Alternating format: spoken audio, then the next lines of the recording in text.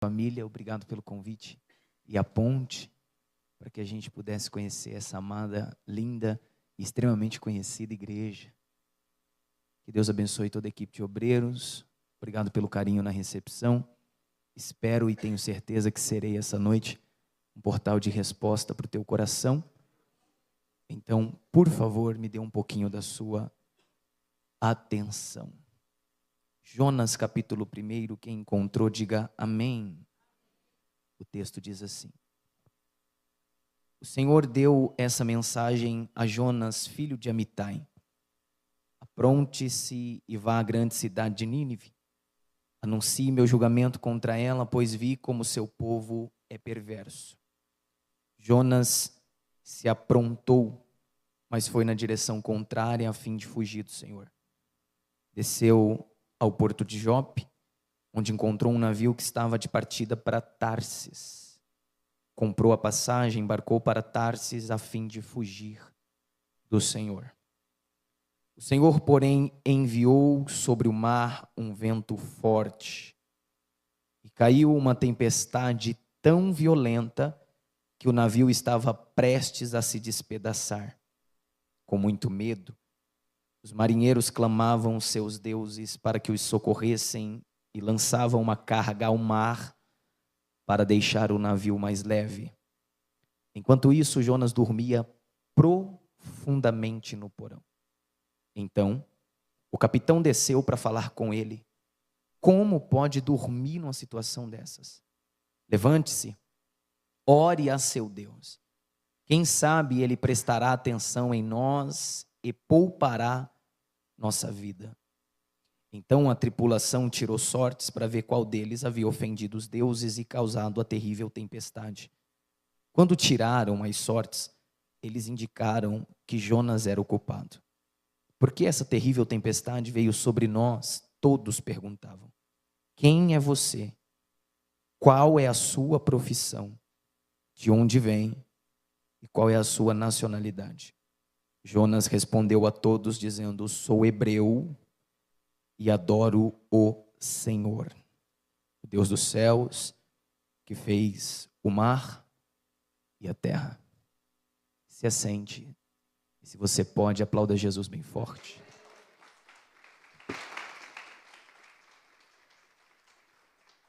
Glória a Deus. 3 características totalmente individualistas de um grupo que vamos falar sobre diferenciava esse grupo das demais profissões em Israel. A primeira característica é que eles se vestiam de forma diferenciada.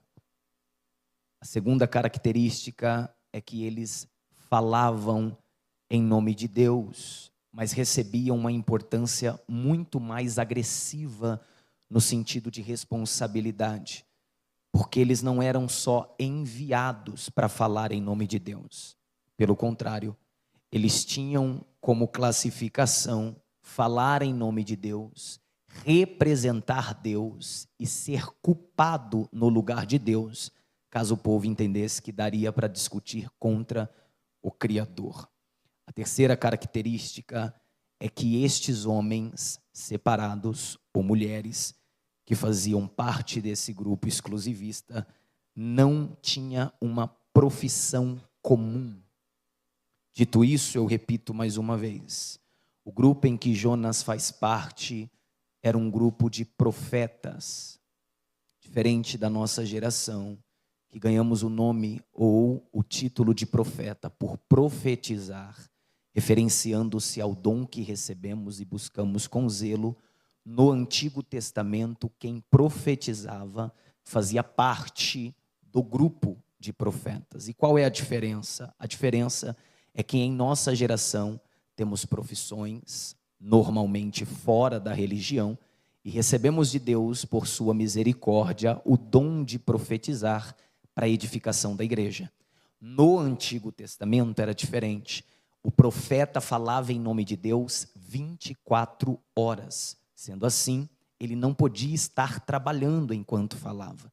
E isso gerou uma repercussão muito grande entre os forasteiros e inimigos de Israel, eles diziam, eles têm uma profissão, e nessa profissão eles se vestem diferente, têm autoridade diferente e recebem de forma diferenciada.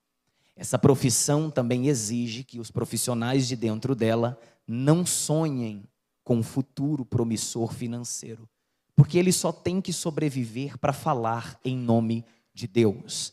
A responsabilidade do profeta, então, no Antigo Testamento, era deixar claro que enquanto ele respirasse na terra, ele seria a boca de Deus para o seu povo.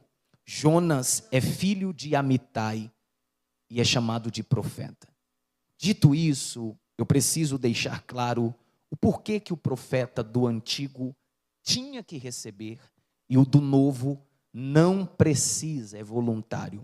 O do Antigo não tinha condição nenhuma de trabalhar em outro lugar, porque todo mundo queria saber sobre o futuro. Então, ter um profeta por perto era fazer perguntas para esse profeta 24 horas. Já que a sua boca, o seu falar, a sua voz representa Deus, ora, se eu posso perguntar de tudo, porque ele ouve, imagine Deus me respondendo de tudo. Então ele se separava das demais pessoas, dos demais grupos, e tinha em mente a sua autoridade e autorização em Deus para falar em seu nome. Isso também trouxe uma consequência muito grande, porque ao invés de procurar o profeta só para coisas boas, eles começaram a provocar a ira de Deus. E os profetas começaram a falar coisas negativas de se ouvir, como por exemplo, se arrume hoje, porque você não passa dessa noite. Prepare as suas casas, porque os inimigos vão invadir e não tem o que fazer. Outro sim, foi o cativeiro babilônico que foi profetizado por Jeremias. Ele disse, leve sementes, leve galhos, leve tendas, porque vocês vão ser apedrejados, acorrentados e levados para uma cidade que vocês não estão acostumados. E lá viverão por 70 anos. Como foi um profeta que falou, a convicção e certeza daquelas palavras eram exatas. Então imagine um homem que acorda e ao invés de dizer bom dia, amaldiçoa a sua casa. Então havia um problema muito grande nesse grupo profético, porque sempre que eles estavam falando, ainda que você sabia que era Deus, você não sabia se era positivo ou negativo. E eles começaram a viver de forma exclusiva para eles mesmos. Sempre que um profeta aparecia, a tensão no ambiente aumentava. Isso aconteceu com o profeta Samuel quando chegou na casa de Jessé para ungir um dos filhos de Jessé, rei. Jessé se ajoelha e dá um grito, é de paz a sua vinda, porque eu sei que você tem poder para amaldiçoar a minha casa. E aí Samuel diz, é de paz, eu vim escolher um rei no meio dos filhos que você tem. Mas até o profeta dizer o que de fato veio fazer, a gente não saberia. Dito isso, o profeta Jonas ficou muito bem explicado porque é profeta, o que ele tem, quais são as regalias, como ele se veste e como ele é tratado. E num belo dia, fora do horário mostrado por nós, Deus visita o seu profeta. E disse, arrume, pega sua malinha de missionário e vai para uma cidade. Porque esse povo perverso fez com que o clamor da cidade subisse até mim. Eu fiz uma pergunta para o texto, a gente se mata de orar, Senhor, e um povo perverso chamou sua atenção? Sim, pecado também chama a atenção de Deus. Eu preciso repetir a fala. Deus visitou 3 anjos, ou mandou 3 anjos para visitar Abraão indiretamente. Abraão entra no meio do caminho e diz, não passe por mim, pare, repouse aqui. O primeiro anjo já ia ficar ali porque ele ia avisar Sara que ela ia ficar grávida. O segundo anjo era para destruir Sodoma. O terceiro era para destruir Gomorra. E quando Abraão justifica, porque Ló, seu parente, mora em uma das cidades, Deus diz, o clamor perverso da cidade subiu até mim. Não chamamos a atenção de Deus só com as nossas positividades, só com as nossas boas ações, só com o nosso sorriso verdadeiro, não. Sempre que a gente erra e acostuma com o erro, Deus ainda está nos observando. E no silêncio Ele vai calcando essas observações até que um dia você tem que colher o que você está indiretamente plantando. E é por isso que a primeira aplicação da noite é na responsabilidade de uma rebeldia consciente. Se você sabe que está errado, pare de errar. Se você sabe que não dá mais para errar, se esforce para melhorar. Porque Deus existe, o inferno também, e precisamos nos responsabilizar de nossos atos. Em grau de responsabilidade, ele se levanta, abre a porta da casa, e ao invés de obedecer a Deus, ele vai para a terra contrária. Eu repito, ele se veste porque Deus veste ele. Ele come porque Deus cuida dele. Ele é profeta porque Deus escolheu ele. Mas o dia que ele não quis mais ser, ele simplesmente fingiu que Deus não existia e foi para o outro lado. Ele desce até uma cidade, a cidade de Jope, a intenção dele é ir para mais longe. E aí ele paga a passagem e entra dentro de um navio de carga, um navio precioso, cheio de tripulantes que vão vender lá em Tarsis. Ele desce até o porão desse navio, depois de já ter pago a passagem, e ele dorme profundamente no porão. A sua intenção, fugir do Deus que tudo vê. Eu vou tentar repetir para ver se você entende.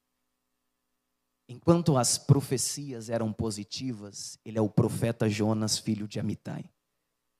Quando a profecia que veio foi para arrependimento de um povo perverso, ele simplesmente desistiu de tudo que acreditava e tentou ir embora. Eu fiz uma pergunta para o texto, porque se é demônio, em nome de Jesus sai. Se é enfermidade, chama as irmãs da oração. E na oração do grupo das irmãs a gente vê cura. Mas se o nosso inimigo é Deus, para onde ir?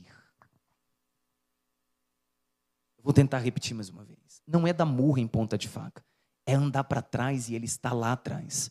É ir para frente e ele vai estar lá na frente. É tentar subir para cima e ele está lá em cima. É cavar um buraco, entrar para debaixo da terra e ele está lá debaixo da terra. Não, escolhido não tem escolha, porque Deus já te comprou naquela cruz através de Cristo. Vou tentar repetir mais uma vez. A sua casa, o seu trabalho, os seus filhos, o seu relacionamento pertence a Deus. Uma tempestade imensa começa. O grau de experiência também zera temor. Não sei se estamos preparados para dizer isso, mas o único que não se desespera é alguém que dorme no porão. Para piorar, a tempestade vem com um vento violento. E o nome, a palavra, o termo violento vem de vai destruir tudo que está na frente. E começa a acontecer isso. Os capitães do navio, experientes com ida e vinda de Tarsis para Jope e outros lugares da região, percebe que se o navio tiver pesado demais, obviamente vai afundar mais rápido. Então ele faz uma reunião rápida com os clientes que acabaram de embarcar no navio. E eles começam a dizer as seguintes palavras: olha, eu sei que você está indo para Tarsis vender o que você colocou dentro do navio, mas a vida vale mais do que o ouro, mais do que a prata, mais do que coisas preciosas. Se a gente não deixar o navio leve, todos nós vamos para debaixo de água.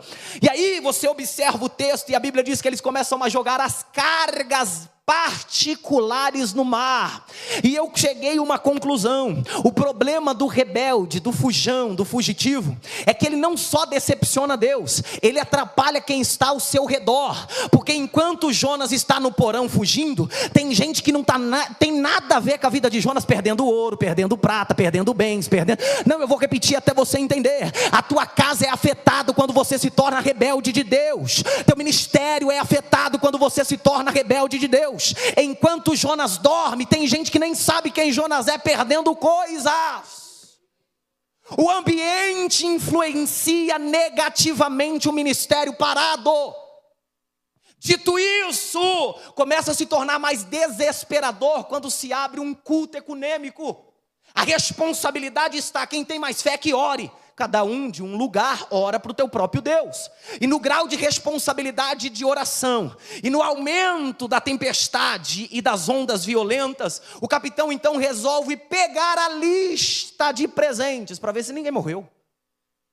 Pedro, eu estou aqui. Marcos, eu estou aqui. Tiago, eu estou aqui. Bianca, eu estou aqui. Jonas, filho de Amitai. E o silêncio paira em meio à tempestade. Como todo responsável, ele vai procurar no navio. Ou ele caiu na água, ou ele está com tanto medo que ele está escondido. E aí ele começa a procurar até chegar no porão. Olhe para cá. O brasileiro dá jeitinho a nomes, porque para a gente é mais fácil fazer do que colocar termos. Então, para nós, o porão do americano é quartinho da bagunça. O que é o quartinho da bagunça? Não é o lixo da casa.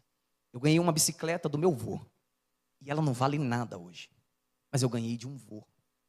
Então ela é velha demais para ficar exposta na sala, em nenhum lugar do cômodo de casa, mas ela é nova demais para ir para o lixo. Então, como ela não pode ser exposta para a modernidade que atua, e ela também não pode ser jogada fora, porque me traz lembranças de alguém que eu amo, vai para o quartinho da bagunça. Vamos de novo. É velho demais para ficar exposto, mas é novo demais para ser jogado fora. Aí tem um quartinho que é quartinho das coisas imprestáveis. Por que você guarda? Porque minha mãe me deu. E por que você não põe lá para cima? Porque não presta. Então para que você guarda? Porque tem história. Porque não dá para jogar fora só porque não dá para usar agora. O problema é que a bicicleta não vai para o quartinho da bagunça sozinha. O problema é que o lápis que o meu tio me deu há muito tempo atrás não vai lá para baixo sozinho. Quem disse para Jonas que ele não serve mais? Quem é que disse para Jonas que não dá mais? Quem é que responsabilizou Jonas? Ele foi lá para baixo porque ele quis, ele fugiu porque ele quis, ele pagou a passagem porque ele quis. Já já a gente volta na questão da passagem. Aí ele vai dormir profundamente. O cargo está pesado, o casamento está difícil, o relacionamento é idas e vindas, o teu filho não para um segundo. Fugir é mais pesado do que enfrentar o peso atual. E eu vou provar. Quando Deus o chamou, ele não queria, cansado da vida de profeta. Quando Deus o mandou ir, ele não queria, cansado de ouvir a voz de Deus e obedecer só para os outros. Porque normalmente a gente faz sem ter. Doente, a gente ora por cura. Cansado, a gente fala sobre esperança. Sem ter, a gente profetiza que você vai ter. A sua casa prospera, então, enquanto a minha definha. Seu filho cresce enquanto o meu está doente. E a gente tem que continuar profetizando. Cansado disso, ele diz: chega, vou embora, vou fugir, vou para uma cidade que ninguém me conhece, que ninguém sabe meu nome, que ninguém conhece as minhas contas, que ninguém conhece minha descendência, nem os meus descendentes. Eu vou embora. Eu não julgo Jonas. Ele está cansado. Mas quando ele chega no porão, o texto diz que ele dorme profundamente. Se você não pegar isso aqui, eu vou embora. Fugir trouxe mais cansaço para Jonas do que ficar e enfrentar sua responsabilidade. Não está entendendo. Tem gente que o ano começou agora e está dizendo: é meu último ano nesse cargo. Tem gente que o ano começou e está dizendo: é meu último ano na igreja. Tem gente que o ano começou e está dizendo: é meu último ano lá. Eu vou te dizer algo: Deus te renova as forças nesta noite. Fugir vai te trazer mais cansaço do que ficar. Na casa Deus falou, ele ouviu. Na tempestade Deus está quebrando tudo e ele dorme profundamente. Ele está mais cansado fugindo do que ficando. Fica. Escute isso. Quando o cara encontra ele, o cara o acorda e diz: está fazendo o que aqui, cabra? Como assim? Limpando o olho. Que, rapaz, que você quer? Já chegou? Ele diz: não, tá tudo, vai afundar. Como é que se consegue dormir numa tempestade dessa? Por fora ele não falou, mas por dentro ele está dizendo: eu conheço quem fez ela. Não, calma aí. Até ontem eu trabalhava para ele. Vai piorar. Quando ele sobe lá para cima, antes do interrogatório, eu preciso te trazer uma grande dúvida que fica no texto. Pastor, o profeta se veste diferente. A prova disso é que Elias, no Antigo Testamento, João Batista o copia no Novo com a mesma veste. Não é isso? Roupão de couro e cinto de couro.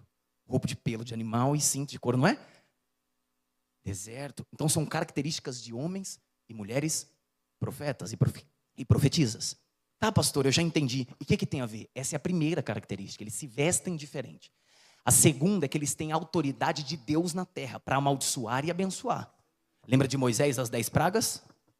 Ele estendia a mão e o rio ficava vermelho ao tocar. Ele estendeu o cajado e o mar se abriu. Com o mesmo cajado ele estende, o mar se fecha, matando todos os egípcios. Não é isso? Aprendemos isso no Antigo Testamento. Mas tem uma terceira coisa que você deve lembrar: profeta não trabalhava. Eu vou repetir. Ele se veste diferente. Ele tem autoridade divina, porque fala em nome de Deus. E ele não tem profissão. porque quem o sustenta é... Como que Jonas paga a passagem?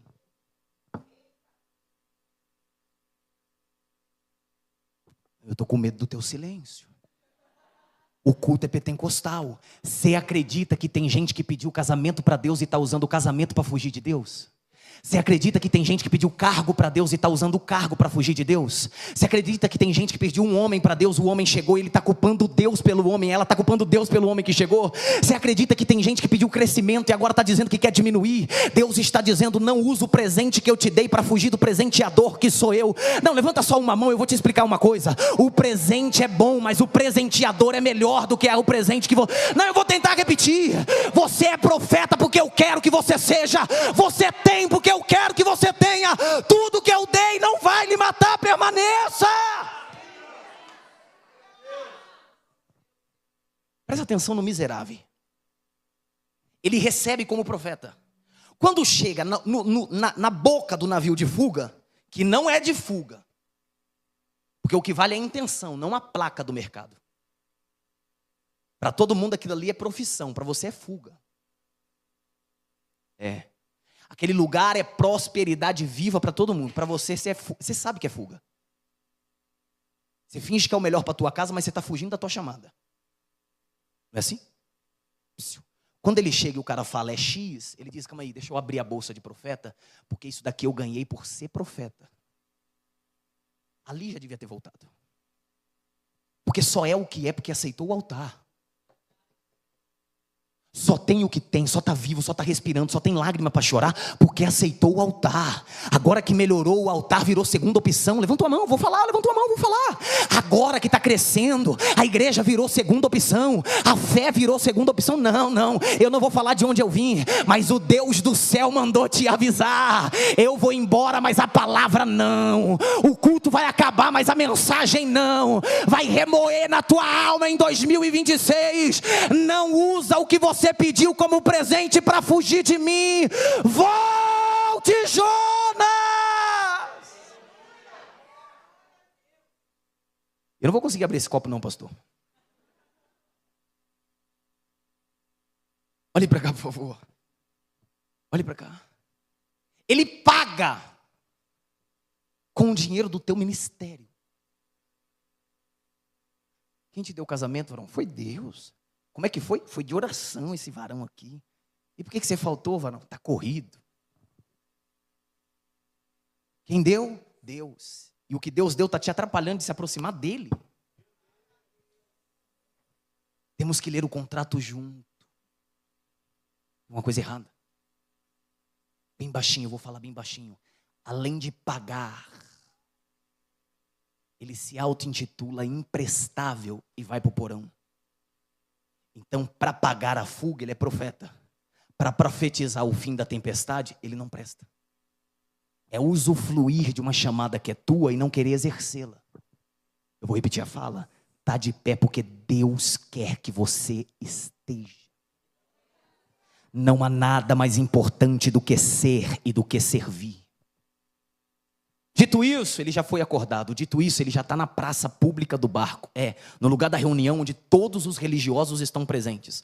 Aí eles se reúnem e todo mundo olha para Jonas. E nesse meio termo que eu estou pregando, o navio está quase de ponta cabeça. Está quebrando tudo, o vento é violento, a tempestade é enorme. Eles já jogaram as cargas fora. Imagine a raiva que esses caras de outras religiões estão do novato que apareceu agora. Aí ele olha de cima e embaixo e diz, a roupa é diferente. Ele fala diferente. Posso fazer 3 perguntas? De onde você é? Ele mudou de lugar e Deus está usando um ímpio para dizer para ele, tu é de onde? Eu vou piorar a situação. Ele diz assim, a quem você serve?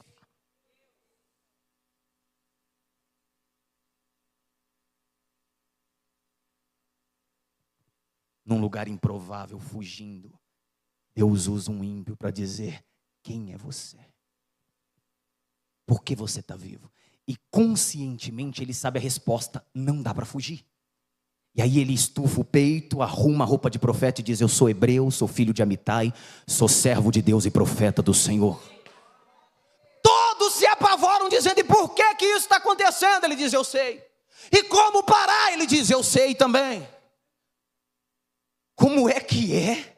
Você tem a solução dos nossos problemas e está dormindo.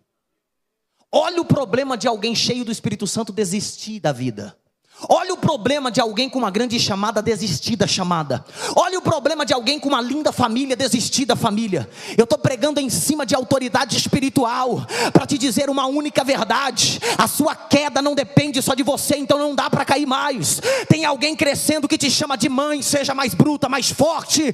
Tem alguém amadurecendo que está te chamando de pai, pegando na tua mão para atravessar a rua, seja mais responsável. Não dá para a gente correr, não dá para a gente fugir, não porque a gente é velho, não porque tem experiência, não porque a gente sabe tudo, é porque há mais pessoas que dependem da gente. Enquanto a gente dorme, tem gente perdendo tudo. Chamado não é brincadeira. E qual é a solução? Ele diz assim, não é barato não. O que vocês já jogaram no mar? Ouro, prata, roupa, que a gente tinha, e pessoas já caíram. Tá doido? A intenção de jogar as coisas valiosas é manter a vida. Ele diz, mas tem uma aqui que não pertence a vocês. Tem uma aqui que já tem dono. Vocês precisam me jogar. Porque até aqui eu vesti o que ele deu. Meu nome foi ele que escolheu. E eu estou vivo porque ele quer que eu esteja. Eu não sei como vocês vivem, mas eu não estou aqui porque eu estou feliz. Eu aprendi com um grande psicólogo: quem tem desejo é criança. Adulto tem que fazer o que precisa ser feito. O filho pede, chora, se joga no chão, apanha ele. Apanhando, ele se joga no chão e fala, eu quero um pirulito. Vale R$1. Ele quer porque quer, ele deseja aquilo. Adulto não. Fez mal para o dente, mesmo que a gente ama, a gente tem que parar de chupar o tal do pirulito. Cresceu, a gente não faz mais o que deseja. Tem que fazer o que tem que ser feito. Estou feliz de ir para o mar? De maneira nenhuma. Mas é a única forma de salvar vocês. E depois que eu dormi no ponto, eu entendi que a minha vida só existe porque há outras vidas que precisam de mim. Isso se chama grau de importância. Desculpa da palavra, tu não presta para um monte de gente, mas tem um monte de gente que você tem um valor tão precioso. Não dá para desistir esse ano. Aí eles tentam, pastor, na mão, ir para a praia mais próxima. O texto bíblico diz que eles estão no meio do mar, a tempestade é terrível. E aí, cansados de tentar, eles resolvem ir até Jonas de novo. E Jonas está assim, ó, eu não ajudo. Ouça, a gente está tentando estacionar um navio para salvar a tua vida. Ele diz, eu não pego uma medeira, eu não sou isso aí, eu não sou remador, eu sou profeta. Mas a culpa é sua e eu já dei a solução. Vocês querem contornar Deus? É lutar com Deus, não vence. Preciso abrir um parênteses aqui para falar de uma história um pouquinho mais para frente. O apóstolo Paulo era perseguidor da igreja. Quem me ouve, diga amém. E aí ele vai descer para Damasco para perseguir a igreja de Jesus. Jesus aparece para ele em visão. Ele fica cego, de verdade, ele não enxerga mais. Os soldados que estavam descendo com ele para Damasco o ajudam a descer, segurando nas mãos. Ele vai ficar na casa de um crente chamado Judas. O nome é feio, mas não é o traidor lá de cima de Jerusalém. É o lá que mora em Damasco, convertido, batizado, crente. Não sei se ele é crente, eu vou de novo. Porque Paulo fica 3 dias na casa dele cego, ele não dá comida nem bebida. Não, eu vou tentar de novo. Quando um homem chamado Ananias chega na casa de Judas, diz assim, ó, Deus me visitou em visão, porque tem um homem chamado Saulo de Tarshite aí dentro, e ele precisa receber minha oração para voltar a ver e ser batizado, e ele vai ser o maior apóstolo que essa terra já viu. Onde ele está? Está no quarto, sem comer, sem beber 3 dias. Eu fiz uma pergunta para o texto. Falei, como é que um crente pega um recém-convertido, porque Paulo tinha se convertido há 3 dias atrás, e deixa o cara sem comer e sem beber 3 dias. Eu e a minha esposa, a gente fica 4, 5 horas sem comer, a gente se estranha com o olhar. A gente vai daqui na cidade fazer reposição de mercadoria sem se falar, e não aconteceu nada, só está sem comer. O cara ficou 3 dias e 3 noites, um crente vivendo nos outros cômodos sem ir lá. E o Espírito Santo me respondeu: não ajude quem Deus está atrapalhando. Quem jogou José num buraco na cisterna não foi os irmãos, foi Deus. Quem vendeu José não foi os irmãos, a permissão foi de Deus. Quem fez José entrar dentro da cadeia, a causa foi humana, mas a intenção foi de Deus, era divina. Porque José não ia governar Canaã, porque o governo de Canaã estava nas mãos de Deus. José tinha que governar um lugar que pertencia ao diabo. É por isso que ele desce para o Egito. Aí a Bíblia diz que depois de 3 dias sem comer e sem beber, Paulo volta a enxergar com a oração de Ananias, se batiza nas águas, come, bebe, escreve 13 cartas da nossa Bíblia, ganha a asa inteira para Jesus. E Jesus estava dizendo: o jejum foi necessário para ele já depender desde o começo do teu ministério. Aí tem gente que está passando necessidade, a gente vai ajudar para fazer ONG, porque nunca foi evangelismo. O Senhor está mandando dizer: só estende a mão para quem eu estou com a mão estendida. Se eu encolhi, você como profeta tem que encolher também, porque quem não passa processo não aprende a valorizar a chamada. Deus me trouxe aqui para te dizer: está sofrendo porque eu tenho algo grande para a tua vida. Suporta. Dito isso, eu preciso ser sincero, não dá para sorrir para todo mundo, porque tem gente que Deus fechou a cara. Não dá para abraçar todo mundo, porque tem gente que Deus deixou no quarto escuro trancado. É a única forma de nos ensinar a depender. Quer orar bastante? Descubra uma doença. Quer pegar a conta de luz, colocar debaixo do joelho? Deixa ela começar a ameaça que vai cortar. Aí tu vira crente rapidinho. É só perceber, é perceptível. A gente só aprende na pisa. É por isso que a gente geme, é por isso que a gente chora, é por isso que a gente sofre. No capítulo 3 de Mateus, Jesus foi batizado por João Batista. No capítulo 4, o Espírito Santo leva ele para ficar 40 dias no deserto. Jesus foi cheio para ser tentado pelo diabo. Nós queremos ser cheios do Espírito Santo para prosperar. Prosperidade é consequência de uma causa divina. Não crescemos porque somos bons ou ruins. Tem um monte de gente que não presta, cheia de dinheiro. Como é que explica? Se for para crescer, para se perder, permaneça pequeno. Não gostei, está muito silêncio. Está muito silêncio, eu tenho medo de silêncio. Me dá cócega, silêncio. Vou repetir mais uma vez: se for para crescer, para se perder, permaneça pequeno. Pastor, o aluguel está caro, mas eu estou na igreja todo dia.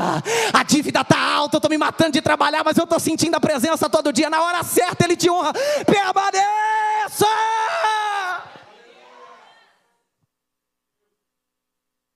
Vamos voltar para o fujão? Aí ele diz assim, ó: eu sei que tem que ir para o mar, mas eu não vou pular não. Porque eu tenho medo de ver que eu sou bom nadador e voltar para o barco. Eu tentei agir sozinho uma vez e deu errado. Dessa vez eu vou confiar. Me joguem. Aí eles levantam Jonas e faz uma oração antes. Quem ora? Os ímpios oram. Porque quando tem um profeta posicionado, há conversões. Eles começam a oração dizendo: Senhor, somos inocentes desse sangue. Eu sinto a presença de Deus. Você não tem noção do peso de um posicionamento. Não, você não tem. Aí ele é jogado no mar. Ao encostar na água, as ondas param. Os ventos cessam. E um peixe grande, que a gente não vai dar nome, porque a Bíblia não deu, engole o tal do Jonas. E os meninos olham e falam: morreu mesmo, hein? Não vai. Deus ensinou 2 coisas. A primeira é que Ele cuida do profeta sem dar satisfação para ninguém, porque para todo mundo do barco diz: ih, virou comida. E a segunda é que o recém-convertido já aprende que com Deus não brinca. Se a tempestade foi de Deus, o peixe não era do diabo. Aí o peixe o leva para as profundezas, porque peixe, para ter capacidade de engolir um ser humano sem o matar, tem que ser muito grande. Não dá para viver em cima. Então ele vai para a profundidade. A densidade da água prova que ele não está bem. Mas ele está guardado lá dentro. Para concluir, lá em cima, o texto bíblico diz que eles se ajoelham, queimam sacrifícios, não sei de onde tiraram, e se convertem a Deus. Ai, pastor, a predestinação diz que Jonas tinha que fugir. Não. Com Deus não brinca. Não tem nada que a gente escreve que Ele não consegue apagar e reescrever melhor. Você vai para onde tu quiser. Olhe para cá, por favor. Aí lá dentro, no terceiro dia, ele diz assim: Senhor, eu sei porque que eu estou aqui, mas eu também sei como sair daqui. Sei que tu és rico em misericórdia. O problema não é errar, é o sentimento de culpa que não te deixa nem orar. O problema não é cair, é viver caído para a vida inteira.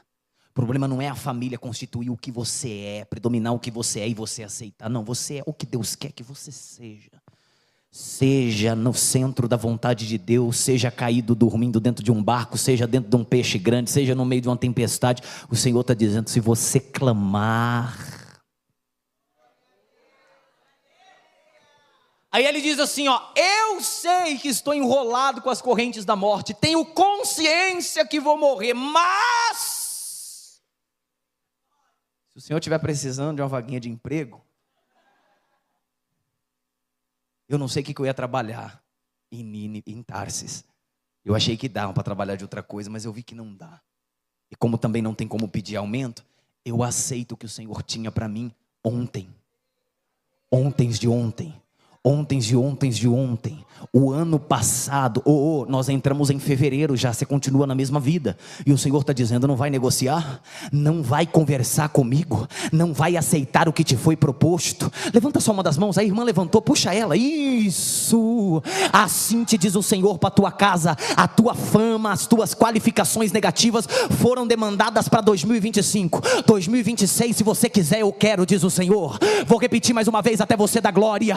Se você quiser, eu quero. Quando ele diz o que eu votei, eu pagarei, eu vou ser profeta novamente. O peixe sobe, vomita Jonas, e agora ele está pronto para ser o que nunca deveria ter parado de ter sido naquela época. Volte a ser o que Deus tem para você hoje.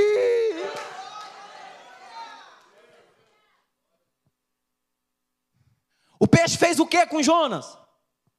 Mais alto. O peixe fez um que com Jonas? Eu vou falar do meu estômago. A minha esposa faz um monte de pratos. E então tem que ir num monte de lugar toda vez. Que nunca acha no lugar. Hoje eu tive que procurar cereja com cabinho. Eu conheci todos os bairros de Atibaia. Todos os bairros. Falei, amor, não existe. Não, você viu em filme. Onde que dá? É planta? Como que é? É exportado? É importado? Como é que faz? Não, vai achar. E foi dando, e foi ligando e achou mesmo.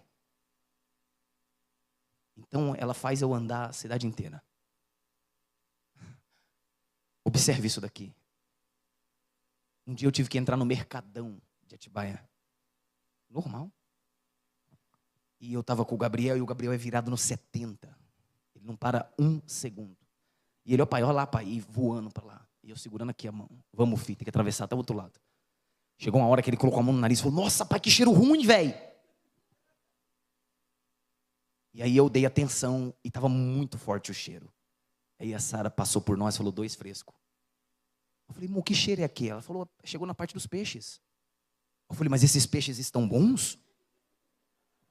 Ele falou, ué, amor, está vendendo os peixes. É que são fortes porque são vários peixes, raças diferentes, lugares diferentes. Tem peixe de rio, peixe de lagoa, peixe de mar. Eu falei, eu não passo mais aí dentro não, velho. Eu não aguento não. Ela falou, isso é estômago fraco, porque o peixe está bom. Quando eu li Jonas, olha para cá.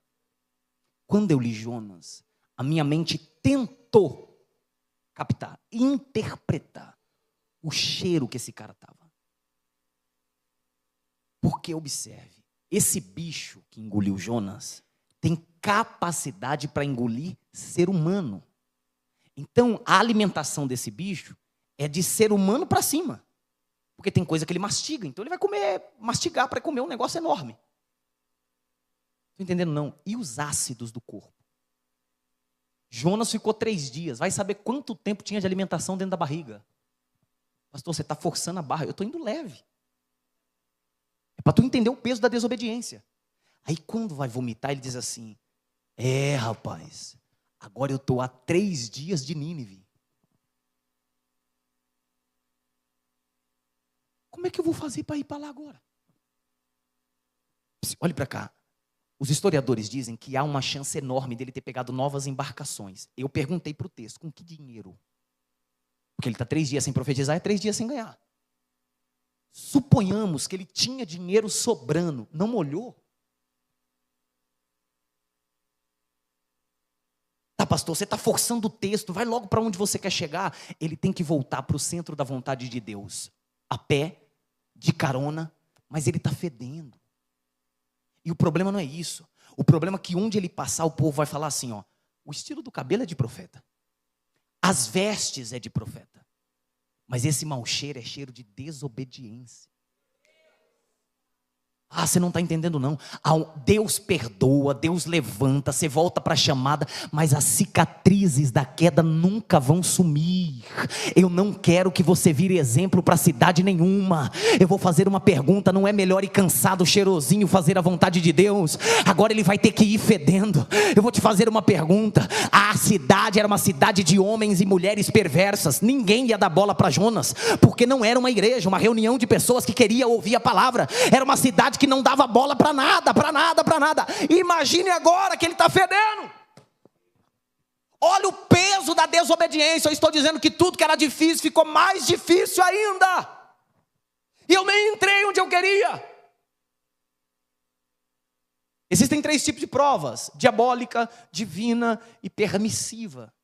A permissiva é a pior, porque a diabólica a gente confronta, a divina a gente aprende. A permissiva, que Deus permitiu, é a gente que entra e depois culpa alguém para sair e às vezes nunca sai. Quantas pessoas que têm potencial para serem grandes, que você conhece que é pequena? Eu estou falando só de pessoas que eu conheço? Tu não conhece ninguém, você não conhece nenhum Jonas. Que aprendeu a fazer morada dentro de peixe, para não reconhecer erro. Você não conhece nem o Jonas, que nunca deveria ter pegado aquela embarcação?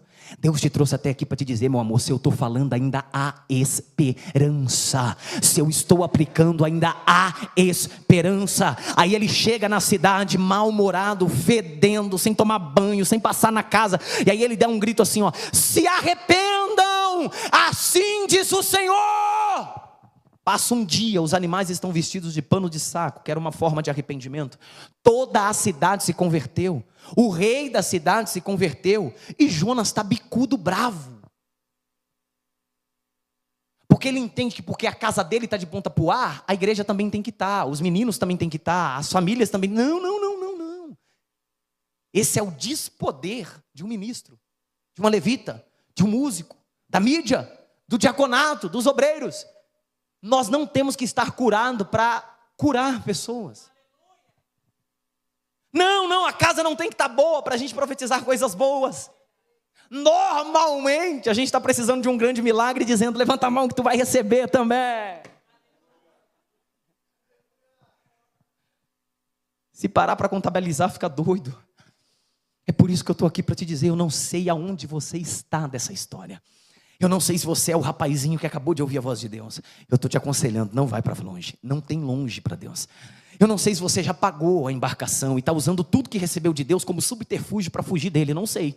Eu não sei se você já está na tempestade, se você já está dentro do grande peixe. Eu não sei se você está voltando arrasado, cheio de vômito pelo corpo. Eu não sei. O que eu sei é que independente do estágio da vida que você está vivendo, ainda há esperança em Cristo Jesus. Eu comparo mais uma vez a vida do profeta Jonas com a sua. A sua roupa é Deus que vai dar através de portas abertas. A autoridade é Deus que vai dar através de oportunidades. Deus manda te avisar: eu sou o Deus da tua prosperidade. Se acalme,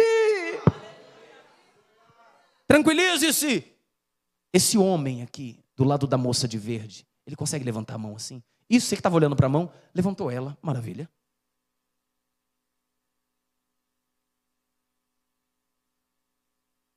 Deixa eu te dizer 2 verdades. Eu tinha acabado de chegar de um baile e eu tinha feito esse baile. Eu fui cantar e depois que eu acabei de cantar, um MC que hoje é muito badalado subiu no meu lugar. Nós dividimos camarim junto, o Livinho. E aí eu cheguei em casa triste, depressivo, pálido, querendo morrer. Eu tinha usado droga, mas não era droga. Eu não gostava de beber, mas eu tinha bebido na época. Não era bebida. Estava bêbado. E a minha mãe orando por mim. Eu não vi ela orando. Aí eu entrei, a gente morava numa casa de aluguel de 2 andares. E o meu quarto ficava em cima e o dela também. E o quarto da minha irmã embaixo.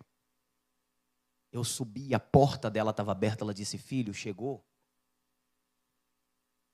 Falei, cheguei. Era quase de manhãzinha, ela estava acordada. Ela saiu para fora do quarto e disse, essa noite eu orei por você a noite inteira. Você não acredita, filho, no que eu vou falar. Você nem dá bola para a igreja. Mas um dia.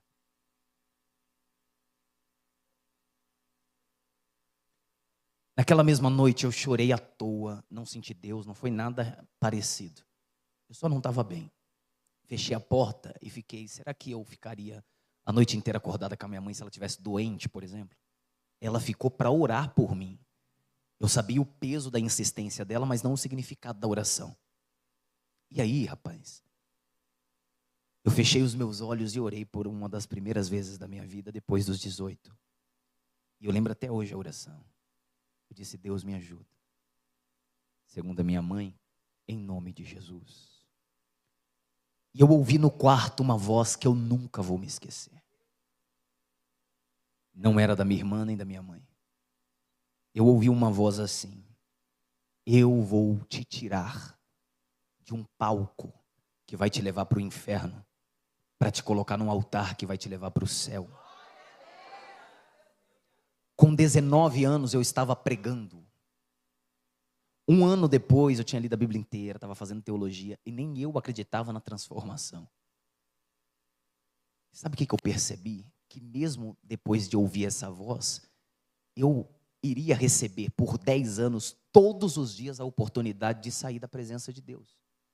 Então aquela grande profecia não me amarrou no céu, só me mostrou. Eu vou tentar simplificar.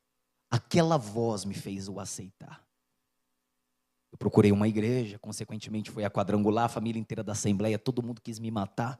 Na época eu fiquei com medo dos usos e costumes. Falei, velho, vai me mandar parar de usar short, eu não vou mais não. E depois eu comecei a perceber que não é bem assim, mas na época eu cresci no meio deles, eu fiquei com medo.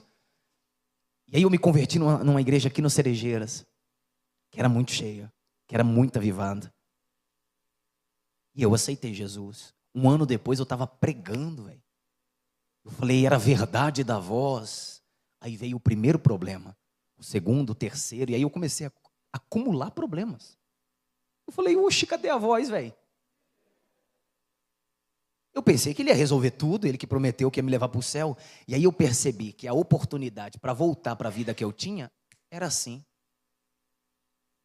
Minha mãe sentou comigo e disse, filho, ele só te deu responsabilidade. Você faz se você quiser. Enquanto eu pregava, como é teu nome? Christian. Eu via você com muito dinheiro, Christian. Mas próspero de marré. Mas a consciência que eu tenho é de te alertar por algo. Não existe a mais. Não existe, porém. Todas as dúvidas geradas em cima de uma condição dada por Deus é voz inimiga. A gente só questiona quando tem poder para questionar, porque enquanto a gente não é ninguém, a gente recebe até água na cara se jogar daqui. Não é verdade? Deus está dizendo, eu conheço que você é opinitivo. Está na hora de aprender a respeitar a minha voz. Está entendendo? O Senhor te levará a caminhos que você nem sabe que existem. Você se assentará em mesas, entrará em lugares que nunca pensou que entraria.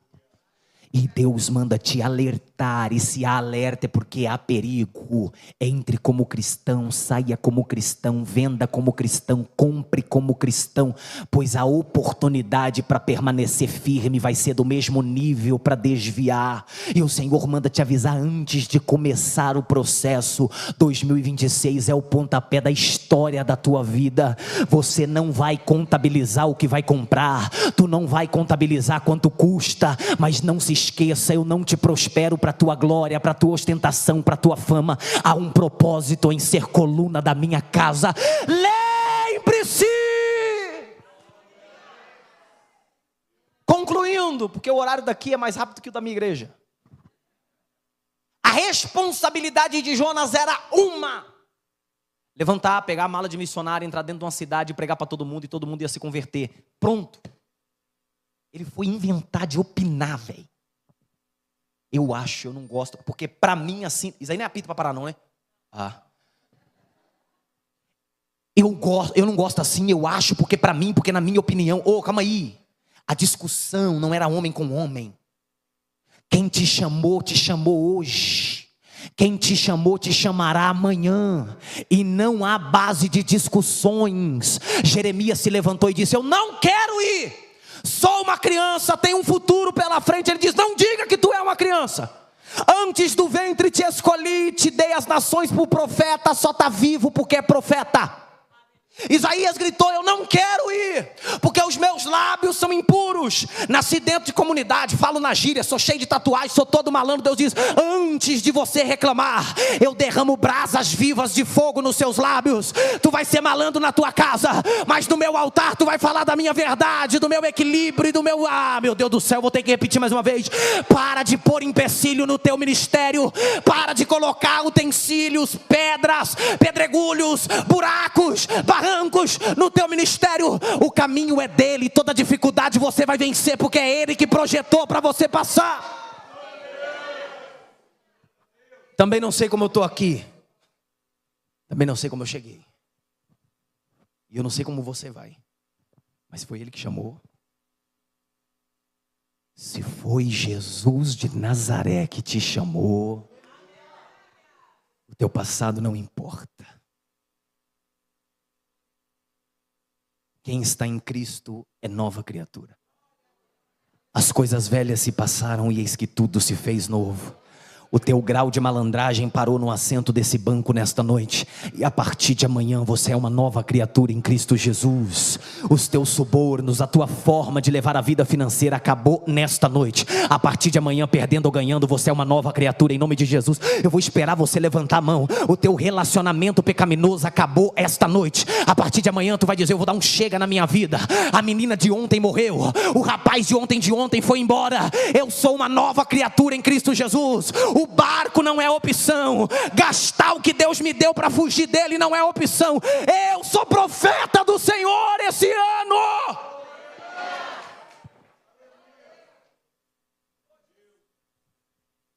Olhe para cá, por favor. Ele sai da cidade bravinho, extremamente magoado.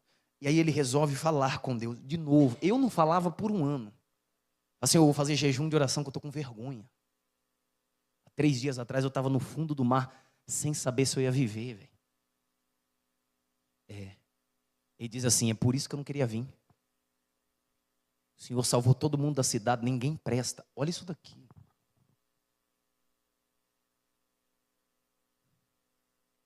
Deus diz assim: calma aí.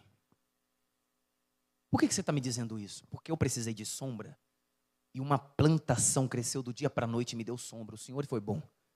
Mas uma largata veio e comeu toda a planta. Aí Deus diz assim: calma aí, você está comparando a plantação que do dia para a noite cresceu, que você não pôs o dedo, com 120 mil pessoas aproximadamente que não sabe discernir entre a mão esquerda e a direita? Você está bravo que eu salvei alguém que para você é pior que você? Calma aí, só você pode mudar?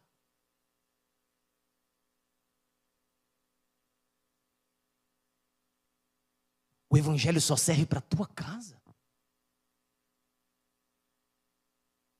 Aí Jonas diz: não é isso que eu quis dizer, não. É que aquele povo não vale nada. Ele diz: e tu vale quanto? Porque até ontem, para falar a verdade, tem 4 dias que a pregação está atrasada. O céu programou a pregação para essa cidade há 4 dias atrás. E por conta do seu diz que me diz e a sua desculpinha para viver uma vida fora de mim, não teve mensagem. Porque esse é o peso da desobediência. A nossa vida vale mais do que as dos outros. E evangelho não é isso. Eu começo a crescer quando a casa do vizinho importa também. Eu estou finalizando. Deus te trouxe até aqui para te dizer: ajude quem precisa e eu te ajudo. Ah, você não está entendendo não. Ajude quem precisa e eu te ajudo. Estende a mão para quem precisa e eu estendo a minha para a tua casa. O texto acaba com uma pergunta, que é: eu não tenho que ter misericórdia desse povo? E a resposta de Jonas a gente nunca descobriu. E eu acredito que foi negativa. Quantas vezes Deus te perdoou? Por que Ele não pode perdoar o seu irmão? O seu pastor? A líder?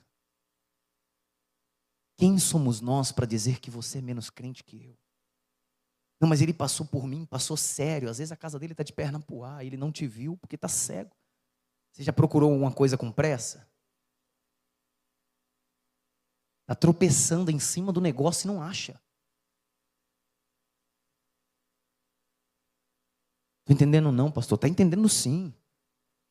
Não dá para fugir do que Deus te chamou para fazer. Não dá para ser outra pessoa que Deus disse que você não seria. O Senhor te trouxe aqui para te dizer: tu vai prosperar onde eu quero que prospere, não é lugar. Sou eu, a tua promessa sou eu. Esse jovem de bege aqui, levanta rapidinho a mão assim. Isso. Eu tenho 10 minutos, hein? Passei do horário não. Levanta assim, ó. Isso, fica com a mão levantada, não vai cansar não. Você é mais novo que eu. Consegue se colocar de pé?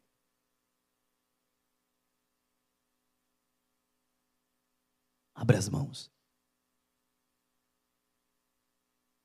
Deus é Deus do hoje. E não era para você estar aqui hoje. Tinha que vir, porque Ele tem que falar contigo. Esse ano é ano de se fechar. Eu não sei se eu vou saber interpretar corretamente, mas eu vou falar lentamente. Está na hora de excluir algumas pessoas da tua vida. Está na hora de dizer tchau. Porque se você tentar agradar pessoas sem pensar em agradar a Deus, você não está se afundando. Você conseguiu prestar atenção na mensagem? Tem gente que perdeu cargas, porque Jonas dormia no mesmo barco. O poder da desobediência é que afeta quem está perto. E aí a vida de ninguém cresce. Olhe para cá.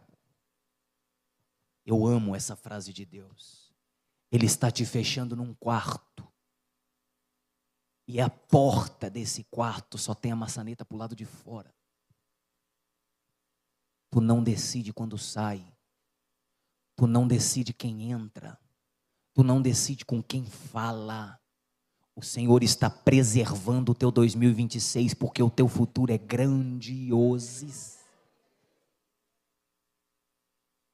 Eu mandei tu abrir a mão assim, ó. Porque no capítulo 16 de Mateus, Cristo diz assim: quem diz os homens que eu sou? Aí alguém diz: eu ouvi chamando o Senhor de Elias. Outros de Jeremias, João Batista. Aí Pedro levantou e falou: eu posso pregar? O Senhor não está querendo pregar mesmo? Eu estou queimando para pregar. Pode pregar. Ele diz assim, ó: para mim, eu não sei para eles aqui, tu és o Cristo, o Filho de Deus. Mas a declaração de Pedro não é com os lábios. Ele está dizendo assim, ó: não importa os pescadores que pescavam comigo, para mim eu estou convicto que o Senhor é Deus, e eu vou te servir. E aonde você quer chegar? Cristo diz assim para ele: tu és Pedro, e sobre esta rocha edifico a minha igreja. As portas do inferno não prevalecerão contra elas. Dar-te-ei a chave do reino dos céus e da terra. E tudo que ligares no céu será ligado na terra. E tudo que desligardes do céu será desligado na terra. A bênção que Deus tem para a tua vida e está muito próxima, por isso que isso é um alerta. Não vai afetar só a sua casa, não vai afetar só você, mas vai afetar pessoas ao seu redor. Você precisa compreender que quem está ao seu redor, Deus tem que ter colocado ao seu redor. A amizade forçada, eu não vou tentar correr ou corroer a tua área íntima, mas eu estou te dizendo que se Deus não falou nada, silêncio está mais para não do que para sim. Não confirmou, sai fora. Não confirmou, corre. Não confirmou, fuja. Eu não estou dizendo que o inimigo é o que está perto, eu estou dizendo que o inimigo são suas ações sem Deus. O Senhor te trouxe aqui, não era para você estar, porque eu ouvi Deus falando comigo, mas esta noite Ele te preserva, te dizendo: eu tenho um futuro promissor para a tua história. Valoriza a sua lágrima desta noite, porque o sorriso que eu vou colocar no teu rosto será visivelmente, publicamente para toda a cidade. Você que crê, aplauda Jesus. O irmãozinho do lado, abraça ele aí, aperta ele aí. Isso, aplauda mais forte o nome de Jesus. Glória a Deus. Aleluia. Quantos recebem esta palavra? Todos somos Jonas, em representatividade ministerial e em vida. E eu não vou pregar de novo, mas não dá para fugir. Tu vai ser o que Deus quer que ele seja. Ele permite, mas eu tentei te ensinar resumidamente que não dá. E talvez você já tentou, eu também já tentei em algumas áreas. Não dá. Você anda, se frustra, e ele não fala nada. Dentro da casa, Jonas ouviu a voz. No barco foi uma tempestade. Eu prefiro ouvir a voz. Não dá. Então não importa seu passado. Tem muita gente chorando nessa noite. É noite de quebrantamento. Não dá mesmo.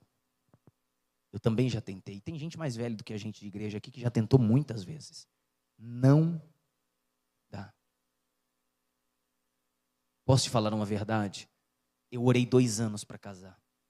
E depois de casado, na primeira briga, minha esposa disse: eu vou embora. Eu falei: não vai não. Eu orei 2 anos, velho. Ela disse: hoje o que tem? E ela guardou a roupa, eu não vi nenhum anjo descendo e segurando ela, não. Se quisesse, ela tinha ido embora. Depois de 2 anos de oração, 50 mil profecias, 200 mil confirmação, voto financeiro no altar, e um monte de projeto, e toda aquela campanha eu entrava, eu já pregava solteiro, falei: não quero acabar com o meu ministério. Não, velho, tem que casar certinho. Você tem poder de descer para Tarsis, acredita? Você tem, por isso que eu estou aqui. Deus me trouxe aqui para te dizer: eu não vou te impedir de errar, mas eu posso te ajudar a acertar a partir de hoje. Irmãos, o culto não acabou, mas eu quero passar a minha parte. E eu quero te dizer 2 coisas.